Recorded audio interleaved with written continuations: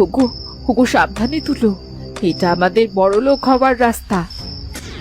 লোভী মানুষ, তোদের এত বড় সাহস! তোরা আমাকে চুরি করতে এসেছিস? ওগো, এই গাছ আবার কথা বলতে পারে? এ কি কাণ্ড! গিন্নি, জাদুর গাছ সবই করতে পারে।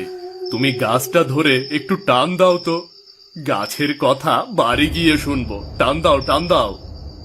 আচ্ছা আচ্ছা, টান মারছি। ওগো ওগো, উঠছে না তো। জোরে জোরে ধরো। রিনা জোরে টান মারতে গাছের একটা ডাল ভেঙে গেল, আর অমনি বেগুন গাছ হুঙ্কার দিয়ে উঠল। দুঃখী, আমি তোকে আর সাহায্য কর।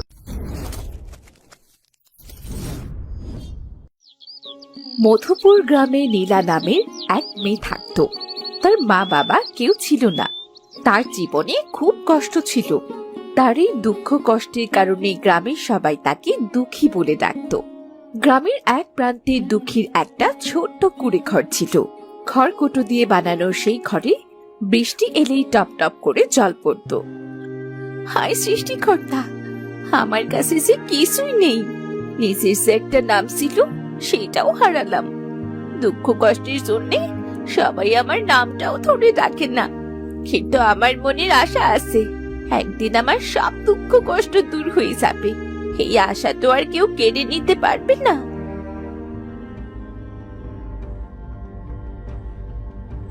এই দুঃখী, কিরে, ঘরের মধ্যে একা একা কার সাথে কথা বলছিস রে? একটু বাইরে আয় তো। না সাসি, কারোর সাথে কথা বলছি না, একা একাই কথা বলছিলাম। একা একা কথা বলছিলি মানে? নিজের বাবা মায়ের মতো নিজের মাথাটাও খেয়েছিস নাকি? নিজের বাবা মাকে খেয়েছি মানে? এইটা এইটা আপনি কি বললেন সাসি? ঠিক কথাই তো বলেছি। তোকে বাঁচাতে গিয়ে তো তোর বাবা মা জীবন দিয়েছে, না হলে আজ হয়তো ওরা বেঁচেই থাকতো। না সাসি, না, এমন করে বলবেন না। আমি আমার বাবা মাকে মেরে ফেলিনি। আচ্ছা ঠিক আছে, আর কাঁদতে হবে না। যে কাজের জন্য এসেছিলাম সেটাই তো ভুলে গেছি। কি বলবে সাসি, বলো। আমার বাড়ির উঠোনটা বড্ড অপরিষ্কার হয়ে গেছে, ওটা পরিষ্কার করে দিবি। হ্যাঁ সাসি, দেব। ঠিক আছে, তাহলে চল আমার সাথে।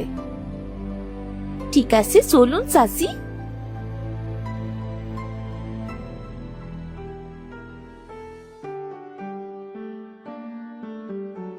এই নে ঝাঁটা, পুরো উঠোনটা পরিষ্কার কর, ভালোভাবে করবি কিন্তু। আচ্ছা ঠিক আছে, আমি এক্ষুনি সুন্দর করে উঠোনটা পরিষ্কার করে দিচ্ছি।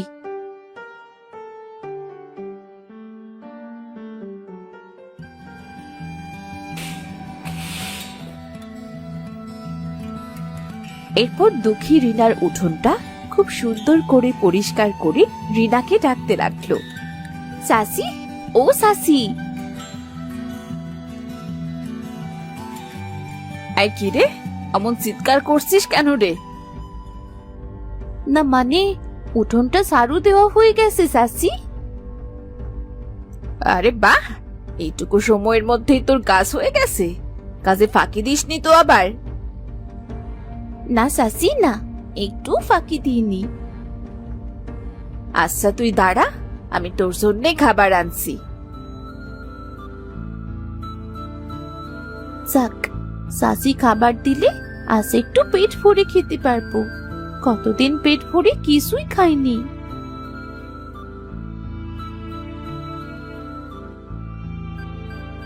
এই নে, এই খাবারগুলো খা। আরে সাসি, এই খাবারগুলো থেকে তো কেমন পচা গন্ধ আসছে। গন্ধ আসছে তো কি হয়েছে? তুই তো গরিব মানুষ, এইসব খাবার তো তোরাই খাস, তোর জন্য এই খাবারই ঠিক। সাসি, একটু ভালো খাবার দিন না, কাজ করে অনেক খিদে পেয়েছে। ভালো খাবার দেব মানে? যেটা দিয়েছি ওটাই খা, না হলে যা এখান থেকে। তোর জন্য এর থেকে ভালো খাবার আমার বাড়িতে নেই। চাচি, এত কষ্ট করে আপনার সারা উঠোন পরিষ্কার করে দিলাম, তার বদলে একটু ভালো খাবার তো দিতেন। ইস, ভালো খাবার? ভালো খাবার কেন রে? তোকে যে পচা খাবারটুকু দিয়েছি, এটাই তোর সাত কপালের ভাগ্যি। খেলে খা, না খেলে দূর হয় এখান থেকে। এই বড় লোকেরা খুব খারাপ হয়, আমার দিয়ে কাজ করিয়ে কাজের পারিশ্রমিকটাও দিতে চায় না। কি রে দুঃখী, তোর মনটা এত খারাপ কেন রে? স্যার, নামই দুঃখী, তার জীবনে দুঃখ ছাড়া আর কি থাকবে গো বুড়িমা? অমন করে বলিস না রে মা, তা কি হয়েছে তোর?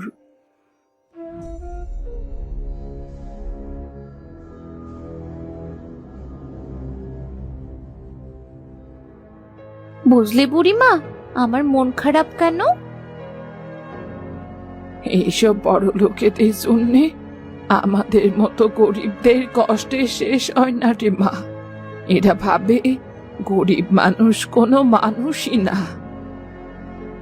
রিনা চাচিকে কত করে বললাম একটু ভালো খাবার দিতে, কিন্তু কিছুতেই দিল না। দেখিস, সৃষ্টিকর্তা একদিন ওদের বিচার ঠিক করবেন। আর বিচার?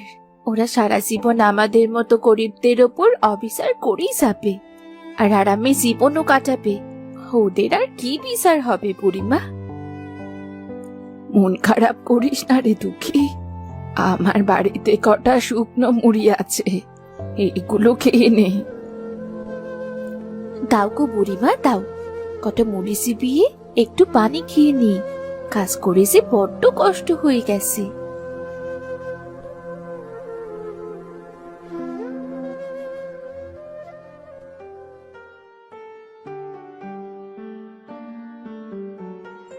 নে রে মা, নে, খেয়ে নে। ভালোভাবে পেট না ভরলেও সামান্য খিদেও তো নিবারণ হবে। হ্যাঁ, তা অবশ্যই ঠিক। আচ্ছা গো বুড়িমা, আমি তাহলে আসি আজ। ঠিক আছে রে বাছা।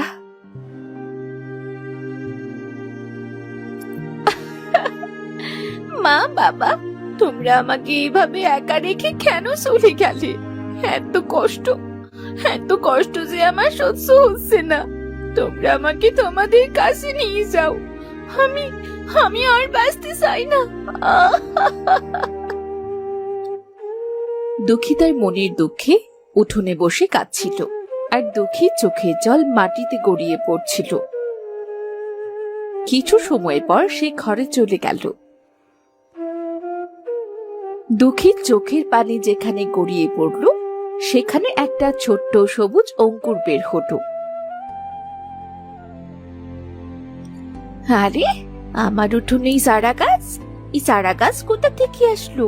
আমি তো আমার উঠোনে বীজ ফেলিনি। তবে চারা গাছটা কে লাগিয়ে গেল এখানে? সেইখান থেকেই আসুক না কেন। গাছ, আমি তোর অনেক যত্ন নেব। আমার তো কথা বলার কেউ নেই, আজ থেকে আমি তোর সাথেই গল্প করব। এরপর দুঃখী প্রতিদিন সেই গাছটাতে জল দিত। এইভাবেই কয়েকদিনের মধ্যে গাছটি হয়ে উঠল এক সুন্দর বেগুন গাছ।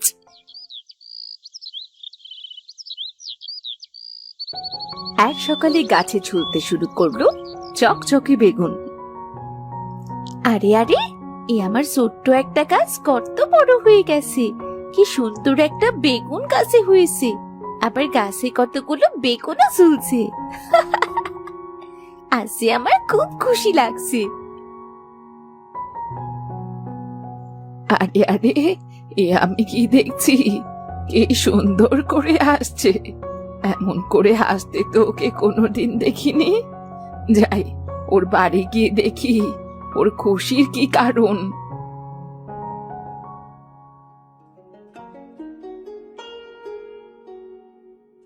ও দুঃখী, দুঃখী!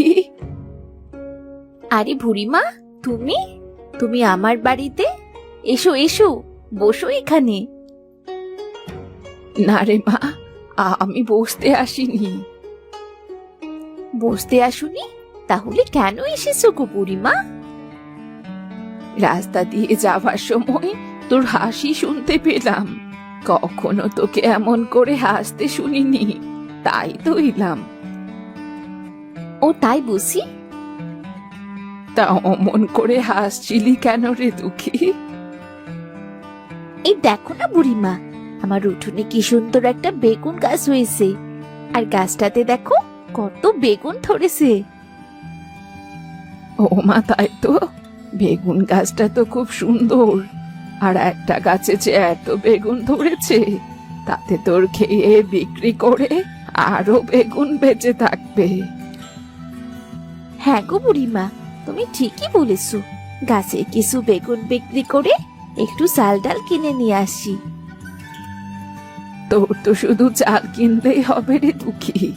ভাত আর বেগুন ভাজি, বেগুন ভর্তা, বেগুনের তরকারি, যা মন চায় তাই খেতে পারবি। হ্যাঁ গো বুড়িমা, তুমি ঠিকই বলেছো। আর তোমারও তো আজ রান্না করতে হবে না, আমি তোমাকে ভাত আর আমার গাছের বেগুন দিয়ে আসবো। আচ্ছা রে আচ্ছা দুঃখী, তোর বেগুন গাছের জন্য আজ আমরা কতদিন পর বেগুন খেতে পারবো, ভাবতে খুব আনন্দ লাগছে। হ্যাঁ গো বুড়িমা, আমারও খুব আনন্দ লাগছে। আমাদের মতো গরিব মানুষ টাটকা সবজি দিয়ে ভাত খাবে, ভাবা যায়? এরপর বুড়ি তার বাড়ি চলে গেল। এদিকে দুঃখী তার গাছ থেকে কিছু বেগুন তুলে বাজারে নিয়ে গেল বিক্রি করতে। নিয়ে যান, নিয়ে যান, টাটকা টাটকা বেগুন নিয়ে যান, নিয়ে যান, নিয়ে যান। আরে আয় দুঃখী, তুই নিজের খাওয়ার জন্য তরকারি কিনতে পারিস না, আবার বাজারে বিক্রি করার তরকারি কোথায় পেলি রে? তুই নিশ্চয়ই চুরি করেছিস, তাই না? আমি গরিব হতে পারি, কিন্তু চোর নয় গো চাচি। এছাড়া আমার চুরি করার স্বভাবও নেই। ইস, তোদের মতো গরিবদের আবার কোনো স্বভাব থাকে নাকি? এটা আমার বাড়ির গাছের বেগুন, এটা কোনো চুরির বেগুন না। ও, বাড়ির গাছের? তাহলে ঠিক আছে, দে দে, আমাকে 1 কেজি বেগুন দে তো, টাকা পরে নিস। না না চাচি, বেগুন বাকিতে বিক্রি করবো না। ওরে বাবা, নিজের উঠোনে একটু বেগুন ফলিয়ে দেখছি, মুখে কথা ধরছে না, যা মনে আসছে তাই বলছিস। কেন রে, আমাদের বুঝি তোর কখনো প্রয়োজন পড়বে না? প্রয়োজন পড়লে কখনো সাহায্য করেছেন নাকি? কাজ করিয়ে পরে পাওনা টাকাও তো দেন না। থাক থাক, আর বলতে হবে না। এই নে তোর টাকা, আর দে বেগুন দে। টাকাটা আগে দিলে তো মুখ থেকে আর সত্যি কথাগুলো বেরোতো না। কি বললি তুই? না কিছু না। বেগুনগুলো তাজা হওয়ায় দুঃখী বেগুনগুলো অনেক দামে বিক্রি করে। বেগুন বিক্রির টাকা দিয়ে দুঃখী তার প্রয়োজনীয় সব জিনিসপত্র কিনে বাড়ির পথে রওনা দেয়। এ যেন এক জাদু, আজ অনেকদিন পর আমার বাড়ি রান্না হবে। আমার যে কি আনন্দ লাগছে। বাড়ি গিয়ে আজ গাছ থেকে বেগুনগুলো তুলে তাড়াতাড়ি রান্না বসাবো, আবার বুড়িমাকে খেতে দিতে হবে। যাই, বেগুনগুলো তুলে নিয়ে আসি। আরে আরে, এ কি কাণ্ড! বেগুন গাছটা যে আবার বেগুনে ভরে গেছে। আমি তো একটু আগে বেগুন তুলে বাজারে নিয়ে গেলাম।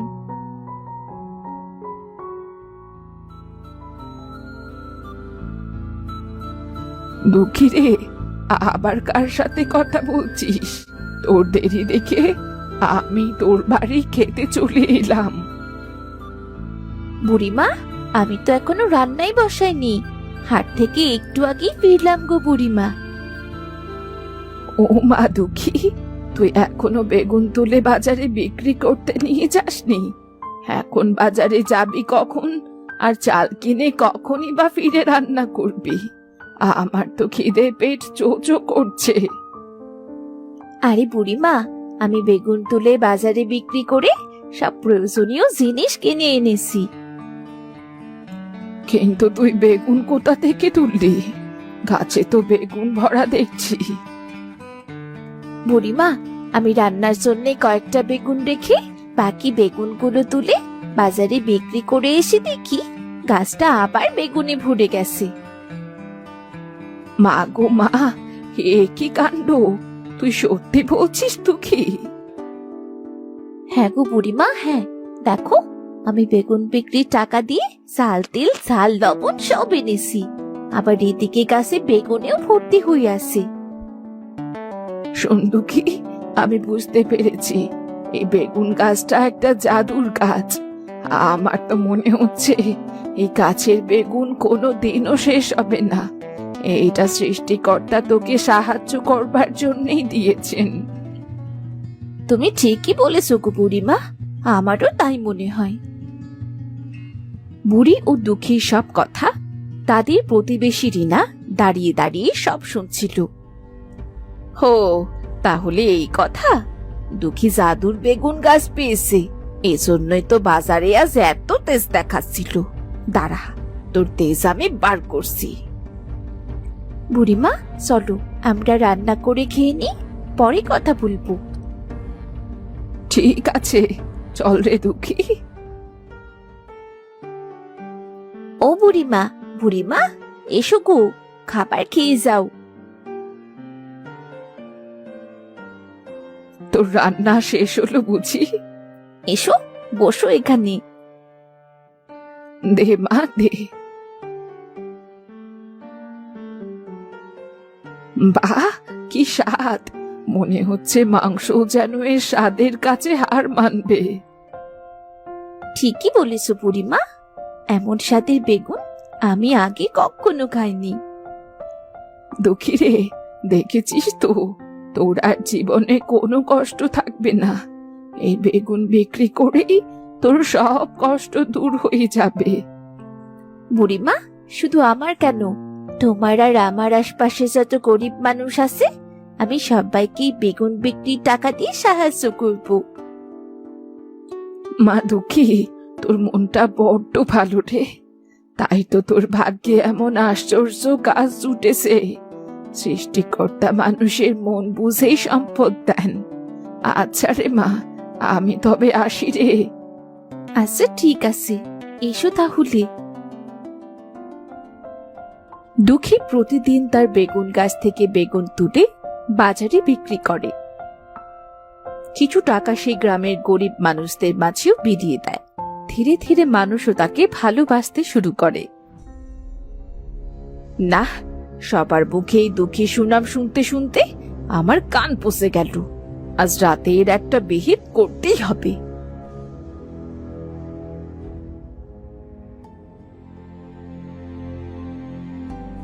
গিন্নি, ও গিন্নি, বাড়ি রেখে কোথায় গিয়েছিলে তুমি?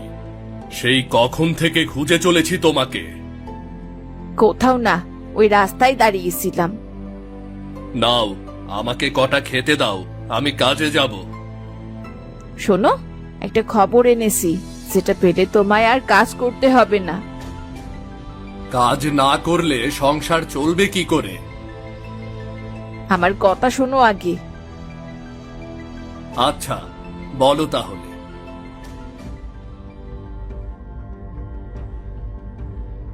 বলছো কি গিন্নি, জাদুর বেগুন গাছ? এই গাছ আমার হলে আমি বাজারে বেচে সোনা রোজগার করব গো। আবার কষ্ট করে কাজ করতে হবে না। এই সব জাদুর গাছ গরিব দুঃখীর হাতে থাকলে কোনো লাভ নেই। ওগো, ওগো, চলো যাই। আজ রাতেই আমরা ওই দুঃখীর উঠোন থেকে ওই গাছটা চুরি করে আনি। ঠিক বলেছ গিন্নি, আজই যাব। খবরটা আমাকে আগে দেবে না তুমি? রামু আর রিনা রাতের অন্ধকারে দুঃখীর বাড়ি এলো। ওগো, ওই দেখো, ওই তো সেই জাদুর বেগুন গাছ। আরে গিন্নি, গাছটা তো কি সুন্দর চকচকে করছে গো। ওগো, দেখেছো? গাছটা দেখেই বোঝা যাচ্ছে এটা কোনো জাদুর গাছ। চলো গাছটাকে আগে তুলে নিয়ে আসি। আর দেরি করা ঠিক হবে না, কাল থেকে আমরাও অনেক বড়লোক হয়ে যাব। গাছ থেকে বেগুন তুলবো আর বিক্রি করব। আমাদের তো টাকার টাকা। ওগো, আমায় কিন্তু বড় বড় গয়না বানিয়ে দিতে হবে।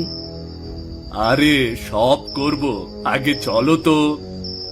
রামু একটা কোদাল দিয়ে বেগুন গাছের গোড়ায় কোপাতে শুরু করলো। হুগু হুগু সাবধানে তুলো, এটা আমাদের বড়লোক হওয়ার রাস্তা। লোভী মানুষ, তোদের এত বড় সাহস! তোরা আমাকে চুরি করতে এসেছিস? ওগো, এই গাছ আবার কথা বলতে পারে? কি কাণ্ড!